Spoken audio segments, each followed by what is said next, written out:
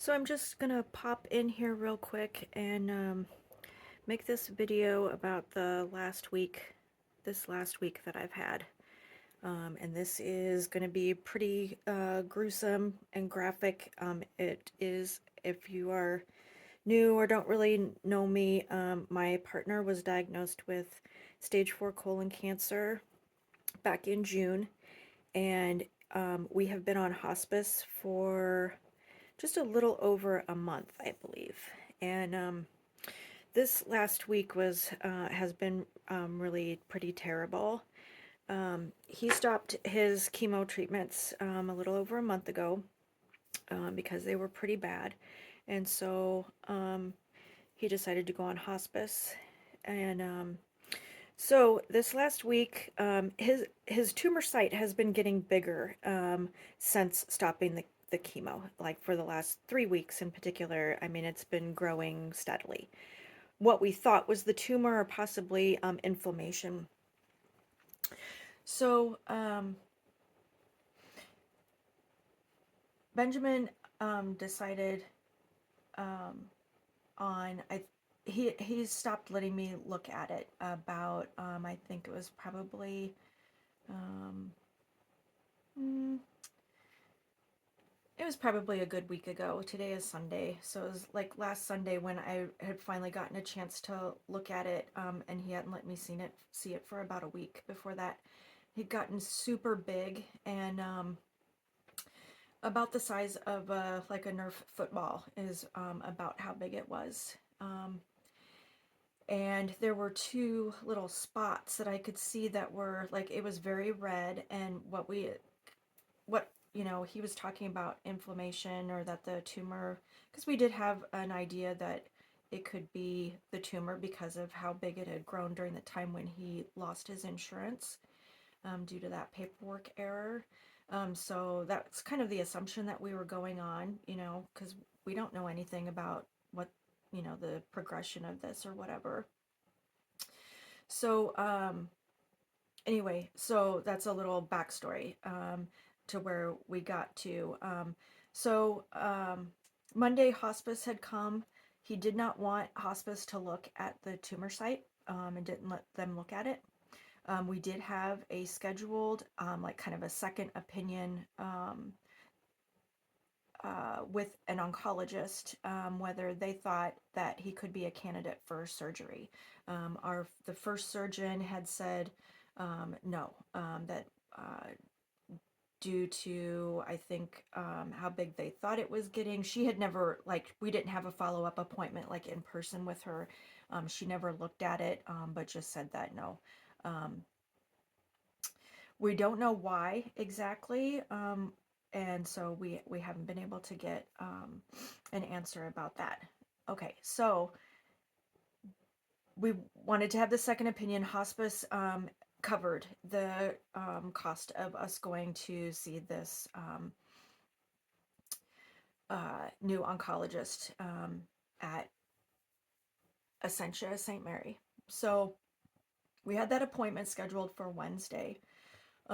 Monday, this past weekend, he was doing pretty well, like energy level and all of that good stuff, pretty high. And um,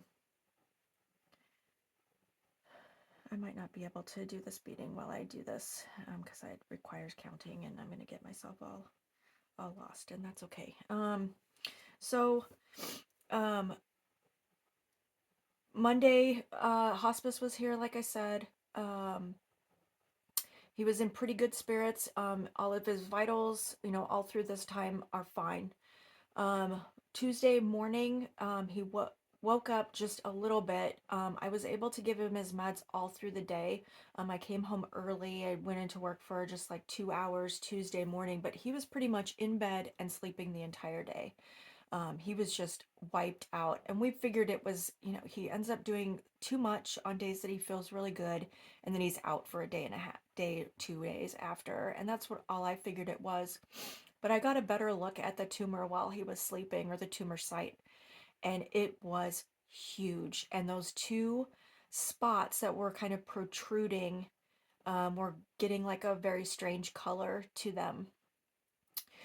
So all through the day, he keeps asking me, what time is it? What are we doing today? What are we doing tomorrow? What time is it? It was just repeat on repeat. And it was getting kind of scary. So Wednesday, he wakes up, um, had a little bit of breakfast. He wasn't able to eat very much, um, or didn't, wasn't really hungry, which that's very unusual for this entire time period. His appetite's been really good, and etc. So it's Wednesday morning. We're getting ready, and all that morning, I wake him up at 6 to get his first sort of doses of medication. Keeps asking me what time it is, how long do we have, when do we need to leave, all this, and it's on repeat. It's not sticking. Um, and so it was just really scary. We're about ready to go and go to the appointment, and I said it might be a good idea for you to take a shower if you think you can do that.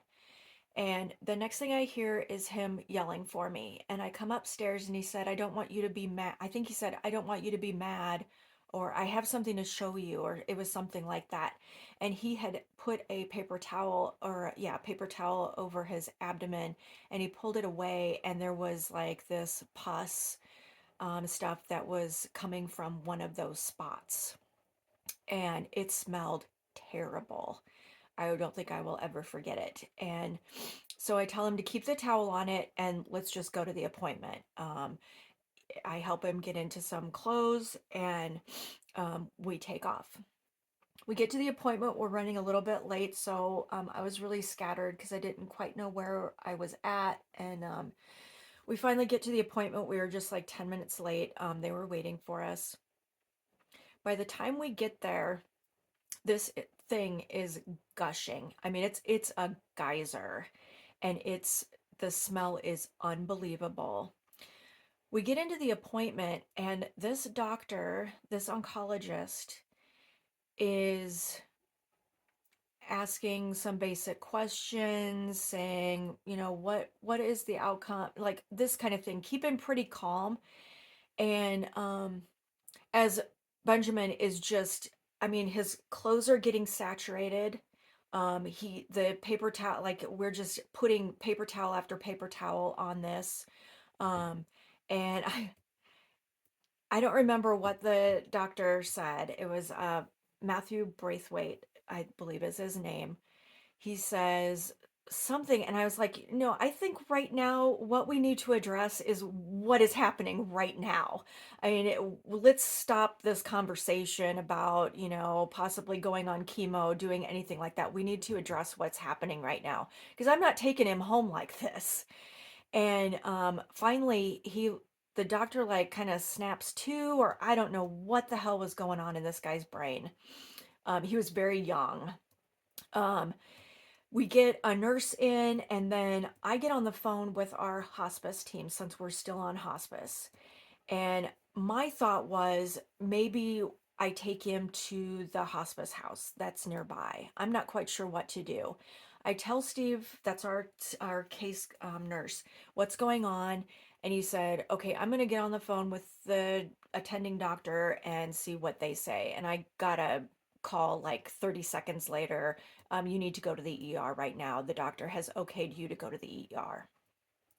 Do you want me to meet you there? And I was like, yes, please. So our hospice nurse met us downstairs in a matter of like 5 minutes, whatever it was. Um, we get admitted into the ER. They order a CAT scan, or not a CAT scan, sorry, a CT scan. Um, Doctor comes in right away, takes a look. They start cleaning, what they can, and then they get a wound nurse to come in. And this guy was awesome. I We were waiting for I think he started cleaning it up. Yes, started cleaning it up before the CT scan got done. But so he was able to, and I'm not exaggerating. It was about 3 cups of fecal matter, pus, um, whatever else was in there.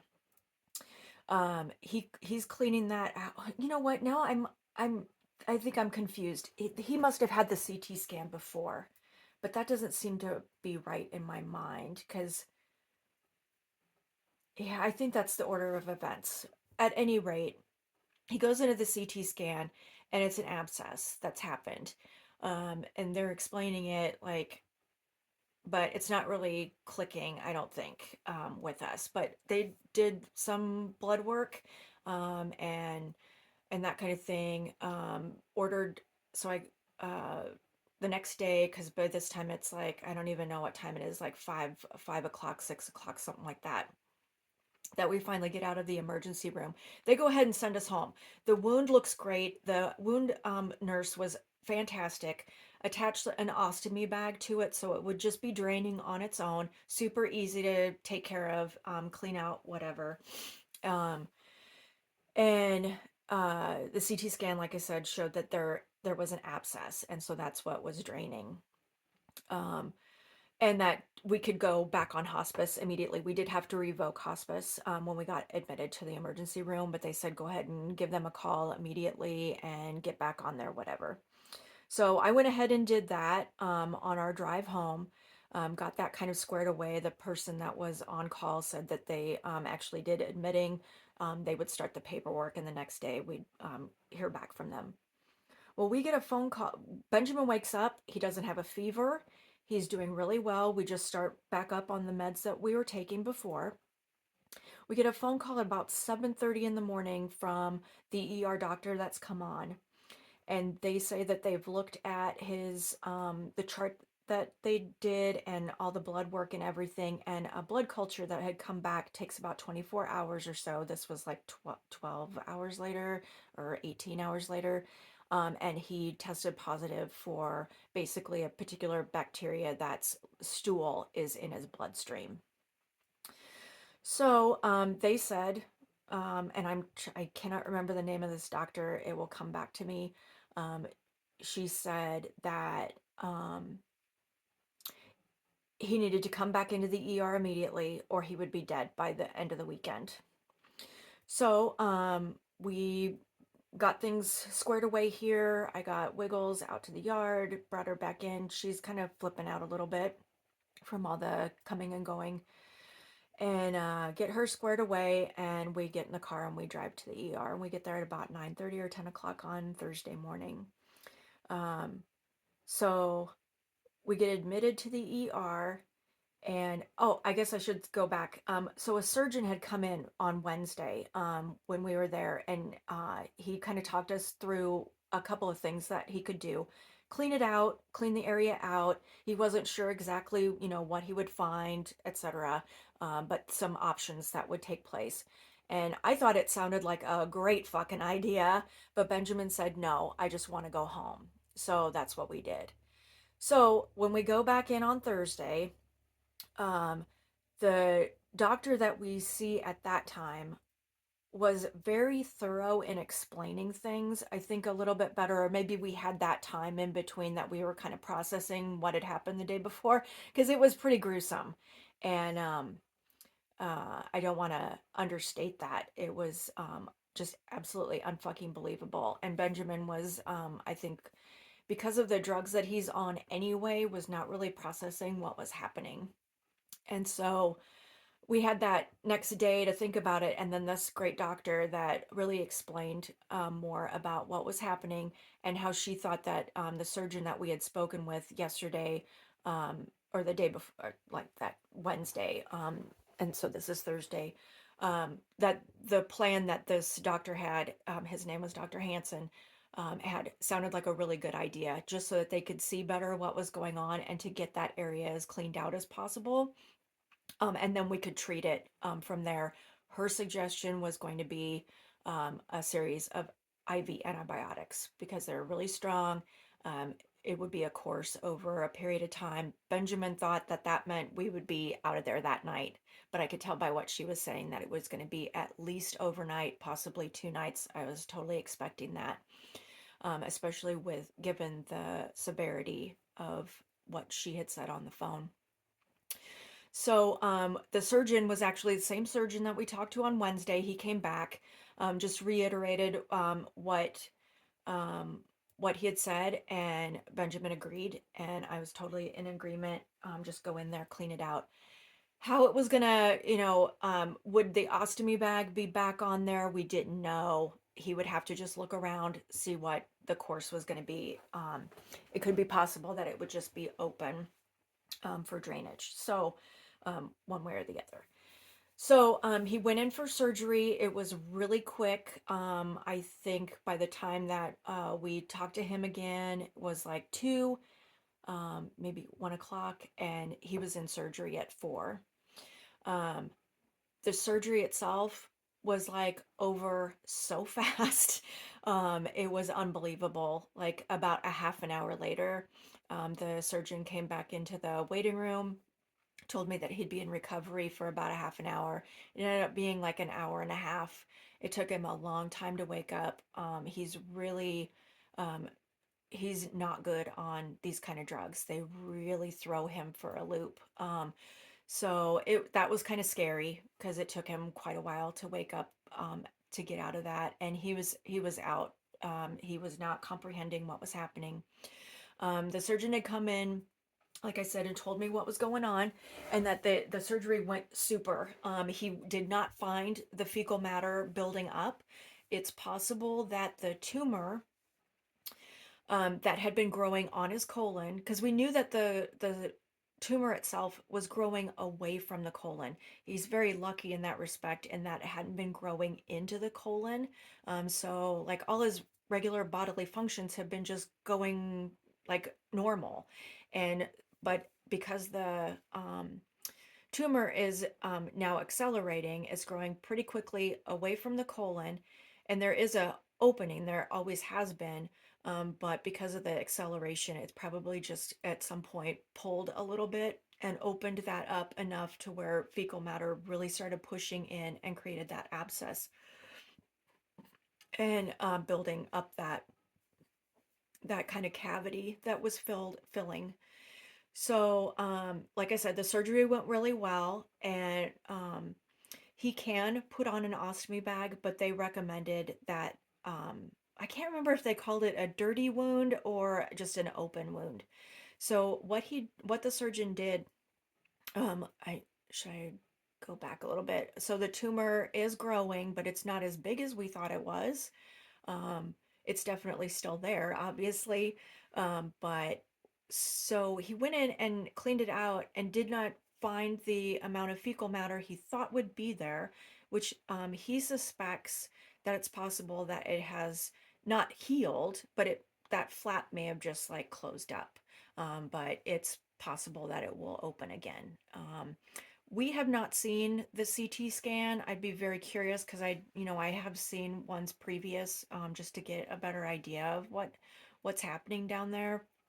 At any rate, so he stayed overnight, um, Thursday night and Friday night, and we were able to go home yesterday. He was on pretty heavy IV antibiotics, and now we have pretty heavy duty oral antibiotics that he has to take for 12 days.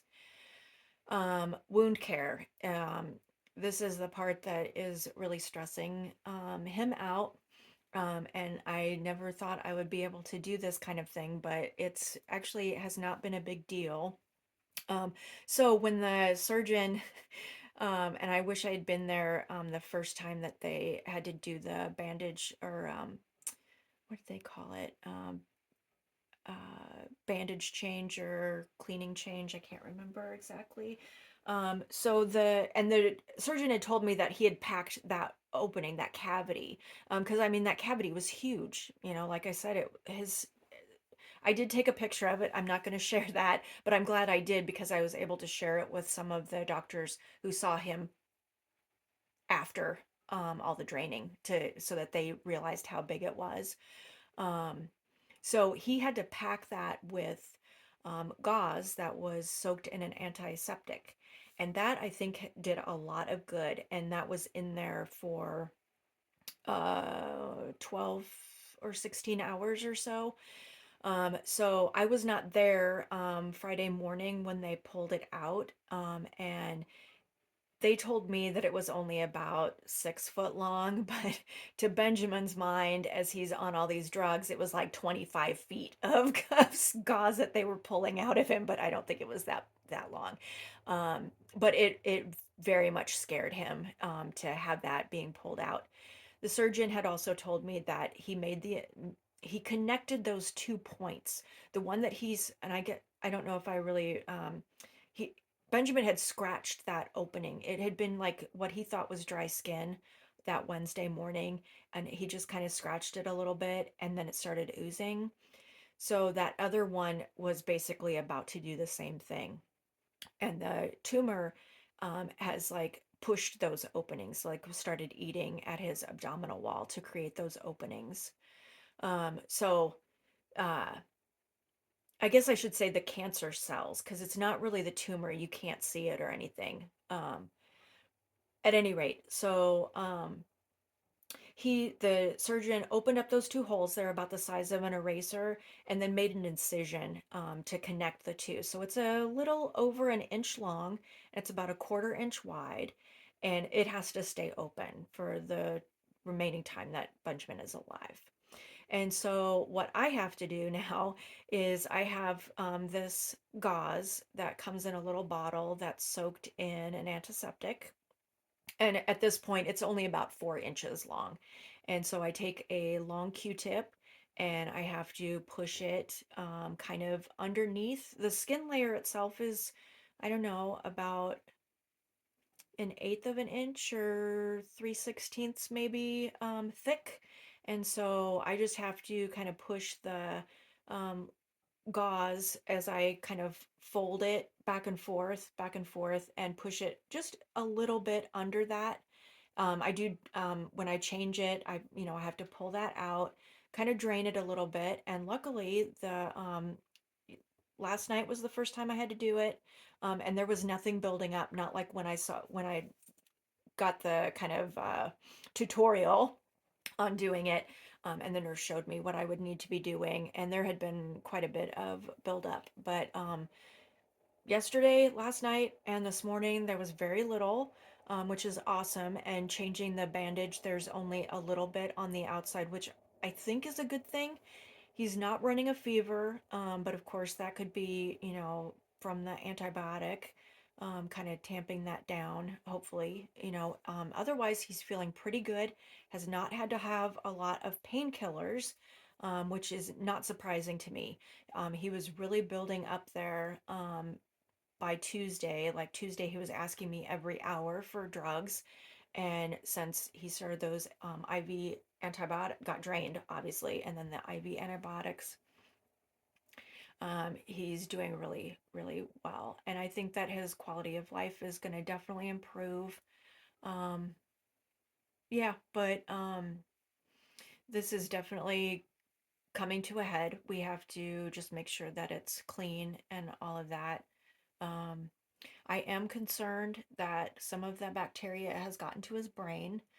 He does lose the thread quite frequently, and I don't think it's all explained by the drugs. It's That's really concerning, especially in the mornings. He's very confused. The mornings have been really terrible the past about 2 weeks or so. And he doesn't really, get completely clear-headed until the afternoons. Like right now, he's doing pretty good. And his like I said, his pain level is really great. So right now, who knows how much this is going to cost. It just totally fucking sucks that this is where, I'm just really, it's just something I don't even want to think about. And obviously, it was something that had to be done. It's not like, I don't know. There's plenty of blame to go around for everybody. I could have pushed harder to have him show hospice what was happening, I suppose.